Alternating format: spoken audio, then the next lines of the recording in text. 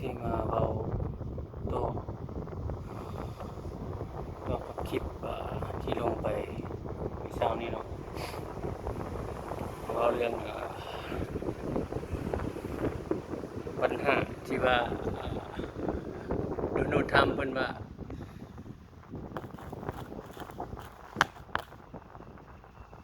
เปิดเผยความจริงเนาะท่าแท้ของเพิ่นออกมาแล้วเพิ่นว่า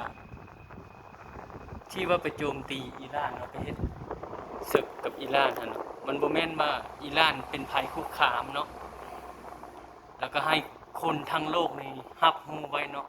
ว่าท่าแท้ของสหรัฐเป็นจังไดเนาะที่จริงหั่นความหมายที่ว่าไปโจมตีเขาอยากไปครอบครองพลังงานเขาเนาะอยากไปบริหารพลังงานเขาว่าซั่นอยากไปบริหารน้ำมันเขาค่อยถามว่าเพิ่นมีสิทธิ์อิหยังเนาะมีสิทธิ์เหนือโลกบ่เนาะเนาะความหมายว่าโดนัลด์ทรัมป์นี่เนาะคือว่าจะไปตีเอาน้ำมันประเภทนั้นก็ได้จะไปปุ้นเอาทรัพยากรประเภทนี้ก็ได้สินะเนาะความหมายก็คือเฮ็ดกับเวเนซุเอลาหั่นล่ะเนาะก็ได้ยินข่าวมาว่าเพิ่นลงข่าวตลอดเพิ่นออกสื่อโซเชียลเพิ่นว่าเพิ่นสิไปตีเอาคิวบาอีกเนาะคิวบาเป็นรายต่อไปว่าซั่นเพิ่นมีสิทธิ์อิหยังไปตีเขาไปฆ่าเขาไปจับกุมคุมขังผู้นำเขาไปสังหารผู้นำเขาก็อยู่ประเทศเขาดีๆเนาะปานนั้นว่าเป็นมหาอำนาจของโลกอันนั้นเขาบ่เอิ้นมหาอำนาจเนาะเขาเอิ้นเป็นมหาโจรเนาะเป็นมหาขี้ขโมยของโลกไปปุ้นไปจี้เอาเขาเนาะไปใช้กำลังข่มขู่เอาเขา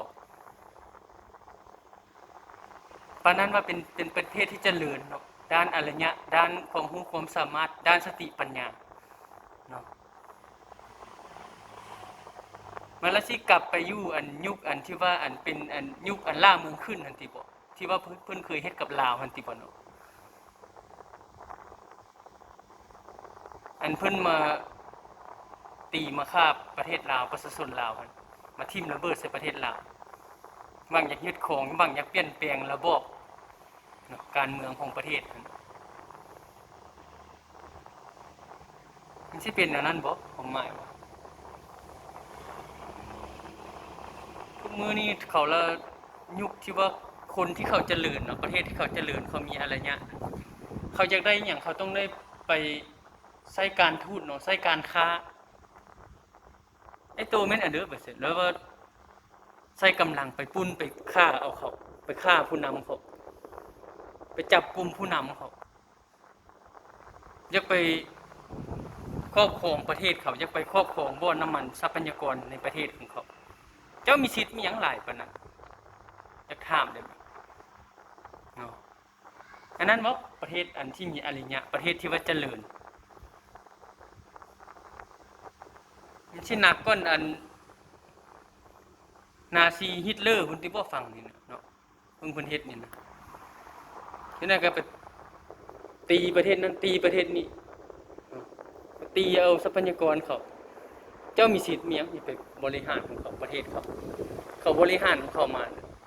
ความบาดเขายังบ่พอยังไปฆ่าผู้นำเขาอีกบังไปยึดทรัพย์ไปยึดนั้นเขาเย็ดคืออยู่อิรักนั่นบ่เนาะ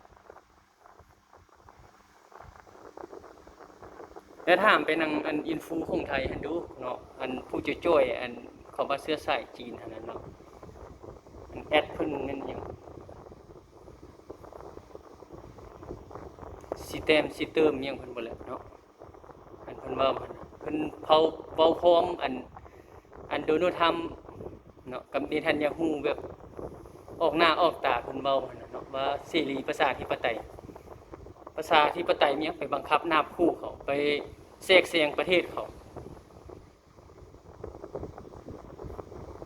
อยากได้ทรัพยากรเขาก็ไปปุ้นไปจี้เอาประชาธิปไตยแนวใดนั่นน่ะเนาะนี่ก็คือแสดงท่าแท้ออกมาที่ว่าความหมายว่าจะไปครอบครองน้ำมันเขาโอ้แล้วว่าเป็นนั้นไป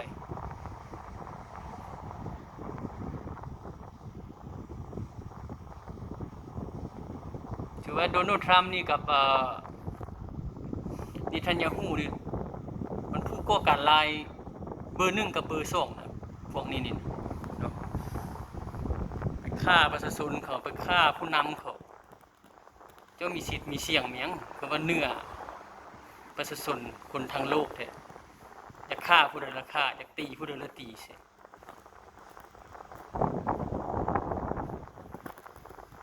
กฎหมายระหว่างประเทศบ่มีความหมายบ่เนาะองค์กรสหประชาชาติองค์กรระหว่างประเทศบ่มีความหมายบ่เจ้าตั้งขึ้นมามันยังอันบอดสันติภาพจังได๋จังซั่น